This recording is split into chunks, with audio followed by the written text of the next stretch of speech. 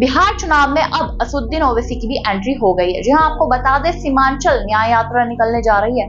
जिस तरीके से पहले राहुल गांधी की यात्रा निकलती है, वोटर अधिकार यात्रा, जिसमें वह वोट चोरी को लेकर सवाल उठाते नजर आते हैं। फिर बिहार में तेजस्वी यादव बिहार अधिकार यात्रा निकालते हैं, यानी विपक्ष ये दो यात्रा निकाल चुका है। तो उसी बीच अब असदुद्दीन ओवैसी हैदराबाद से उठकर AIMIM की पार्टी की तरफ से, जो उनके अध्यक्ष असदुद्दीन ओवैसी, वो यात्रा निकालने जा रहे हैं 24 सितंबर से, वो भी किशानगंज से।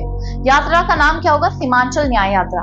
पिछले चुनाव में सीमांचल में AIMIM पार्टी की बड़ी जीत हुई थी, उन्हें 5 सीटें मिली थी।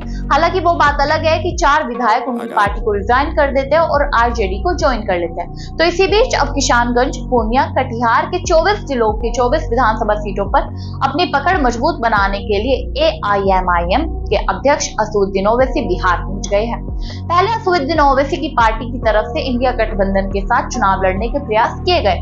अख्तरुल इमान, जो बिहार प्रदेश अध्यक्ष है AIMIM के, वो बार बार इंडिया गठबंधन से गुहार लगाते रहे। लालू यादव, तेजस्वी यादव, राहुल गांधी सबसे कहते रहे कि हमें आपके साथ चुनाव लड़ना है। तो इसी बीच इंडिया गठबंधन की तरफ से उनकी पार्टी के साथ चुनाव लड़ने के लिए मना कर दिया जाता है। जिस तरीके से सियासत में इमेज बनी हुई है असदुद्दीन ओवैसी की पार्टी की, मुस्लिमों की पार्टी है ये, उसको लेकर हिंदू वोटर बैंक का है ना नुकसान हो सकता था कांग्रेस को, RJD को, इसलिए वह उनके साथ चुनाव नहीं लड़ती। तो इसी बीच अब असदुद्दीन ओवैसी अकेले चुनाव लड़ने को तैयार है। जहां पिछली बार 5 सीटों पर असदुद्दीन ओवैसी की पार्टी लड़ी थी, तो इस बार वे 24 विधानसभा सीटों पर पकड़ मजबूत करने के लिए ये सीमांचल यात्रा निकाल रहे हैं। यह यात्रा 24 सितंबर को शुरू होगी और खुद असदुद्दीन ओवैसी इस यात्रा का हिस्सा होंगे।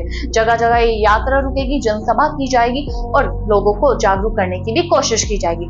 पूर्णिया, कटिहार, किशानगंज में ये यात्रा निकाली जाएगी। इस यात्रा के दौरान असदुद्दीन ओवैसी, अख्तरुल इमान भी नजर आएंगे और शायद इस यात्रा से डरकर शायद से विपक्ष जो है वो असदुद्दीन ओवैसी के साथ चुनाव लड़ जाए। अब आपको क्या लगता है कि असदुद्दीन ओवैसी ने ये जो फैसला किया है अकेले सीमांचल न्याय यात्रा निकालने का, क्या इससे कोई फायदा होगा? क्या 24 विधानसभा सीटों में से वह आने वाले बिहार विधानसभा चुनाव में 20 सीटें भी जीत पाएगी? आप अपनी राय हमें कमेंट बॉक्स में जरूर बताइएगा। तब तक के लिए नमस्कार।